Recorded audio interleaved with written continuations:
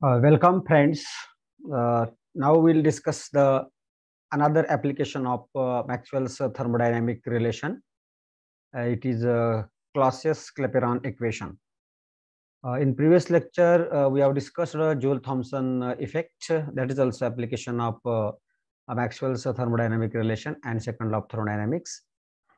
Here we'll derive the simple Clausius-Clapeyron equation, and we'll see the importance of the Clausius-Clapeyron equation. Now we are going to derive this Clausius-Clapeyron equation by using Maxwell's thermodynamic relation, and that relation is derived from thermodynamic potential called as Helmholtz function or Helmholtz free energy, and that thermodynamic relation is given as delta S by delta V at constant T is equal to delta P by delta T at constant V. Remember, we can derive the Clausius-Clapeyron equation in other ways also. That means we can derive Clausius-Clapeyron equation by making use of Carnot's theorem and Carnot's reversible cycle. But here we are going to derive the Clausius-Clapeyron equation by using the thermodynamic relation. So the thermodynamic relation using the Helmholtz function or Helmholtz free energy is given as delta S by delta V at constant T is equal to delta P by delta T at constant V. The meaning of this equation is that the variation of pressure with respect to temperature at constant volume is equivalent to variation in entropy or change in entropy with respect to volume at constant temperature. This is the meaning of the Maxwell's thermodynamic equation. Now multiply by temperature T on both sides. You will get this as T into delta S by delta V at constant T is equal to T into delta P by delta T at constant V. But according to second law of thermodynamics, T into delta S is nothing but it is the amount of heat absorbed or liberated. So you can write delta Q divided by delta V at constant T is equal to T into delta P by delta T at constant V. Now look at this term. This term is variation of quantity of heat or change in heat energy with respect to volume at constant temperature. Now that means this quantity represents the quantity of heat absorbed or liberated per unit change in volume at constant temperature. Means there is a change in volume, and that's why we can consider there should be the change in phase of change in state of the substance. That means there should be the change from solid to liquid or from liquid to vapor state or vice versa.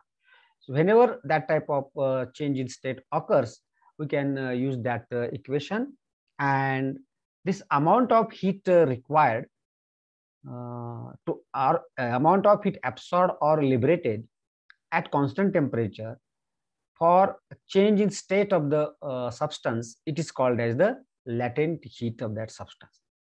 And the change in volume is because of the change in state, as I already explained. Now, let us consider, suppose L is the latent heat or quantity of heat required to change the state of unit mass of substance. If that quantity is the latent heat, and V2 and V1 be the corresponding volumes per unit mass, that is the specific volumes.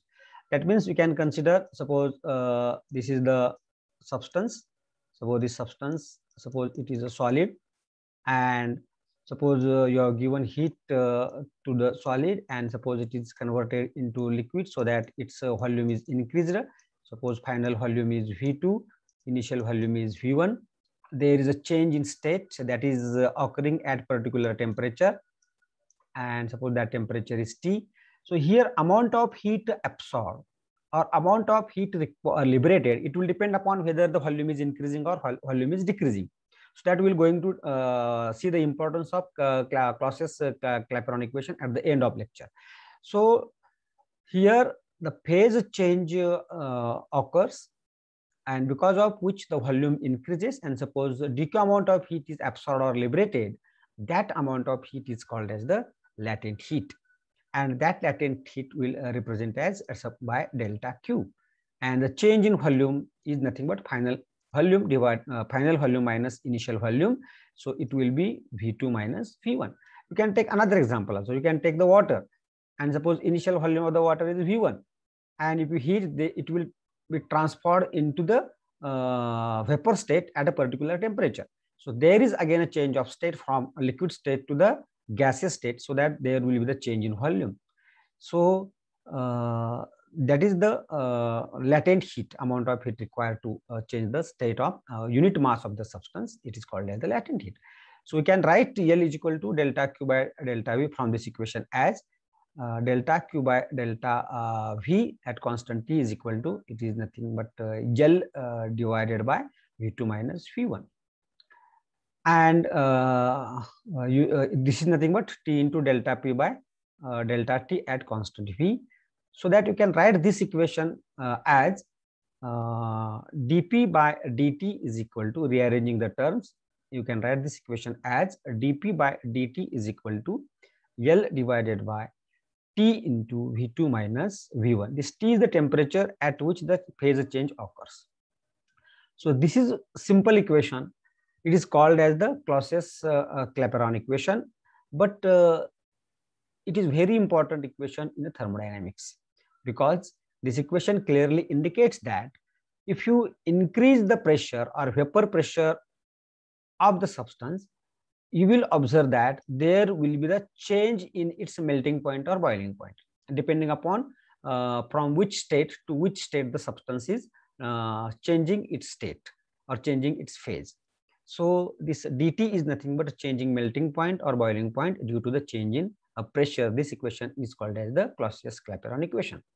I will give you one example, because this equation clearly indicates that when you increase the pressure or vapor pressure, the boiling point is changed.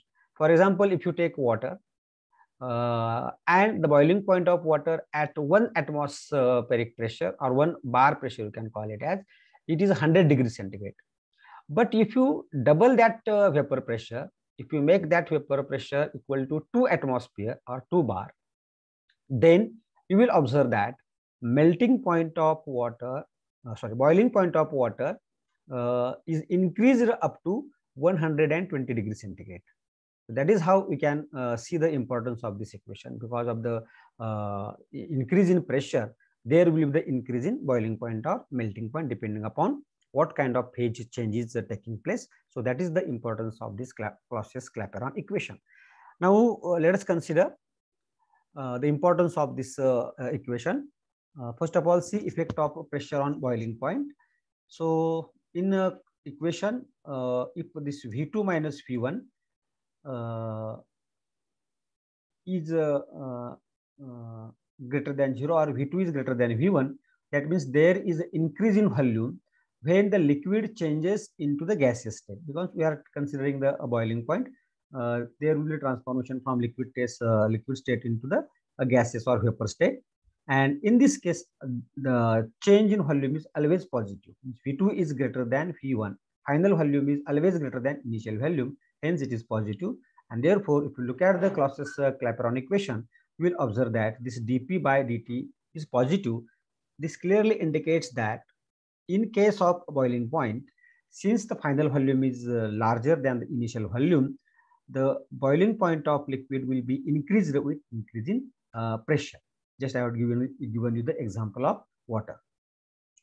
Now, if you consider the effect of pressure on melting point, then when solid melts, there may be increase in volume as in case of wax, or there may be decrease in volume as in case of ice. So here you are not sure. There will be the increase in volume or there will be the decrease in volume. If you consider the ice, formation of ice, then you will observe that